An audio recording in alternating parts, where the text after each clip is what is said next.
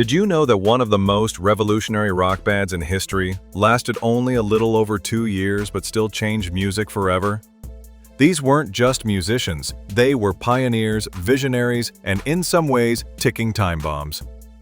Behind the soaring vocals, thunderous drums, and searing guitar solos, there were inner battles, personal demons, and a bond that was as fragile as it was legendary. The band we're talking about set the stage for countless others to follow, but what happened to its members after the spotlight faded? Today we uncover the fascinating and at times heartbreaking fates of the Cream band members who passed away, and reveal whether the spirit of the band still lives on. Before we dive in, tell us in the comments what's your favorite Cream song.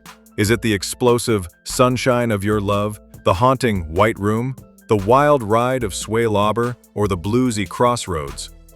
Or maybe your favorite member still inspires you to this day. Let us know, and don't forget to subscribe.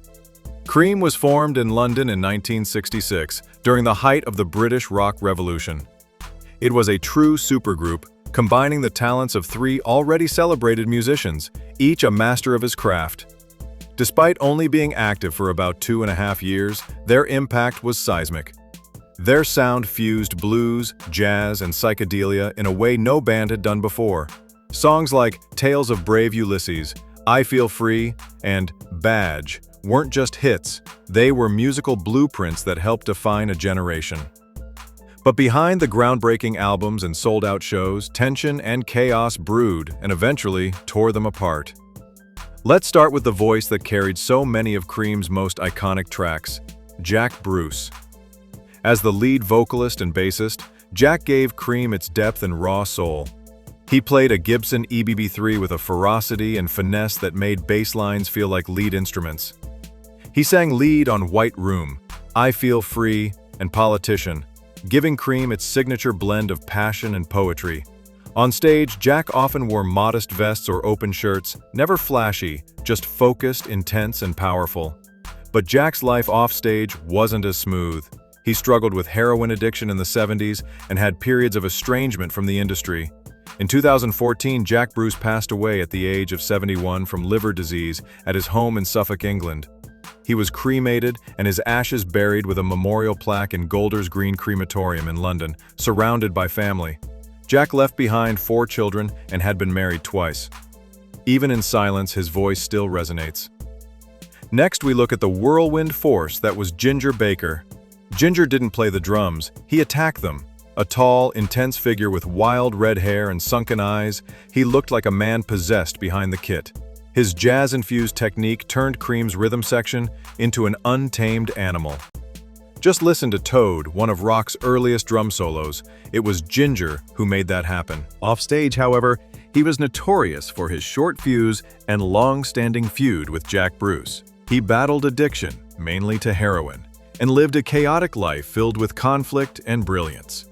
Ginger passed away in 2019 at age 80 in a hospital in Canterbury, Kent, after complications from heart surgery, though his health had been declining for several years prior to his death, within him having suffered from osteoarthritis, a degenerative spine condition, and emphysema. He was cremated, and his ashes were given to his family. He had 3 children and had been married 4 times. Love him or fear him, Ginger Baker was a drumming pioneer.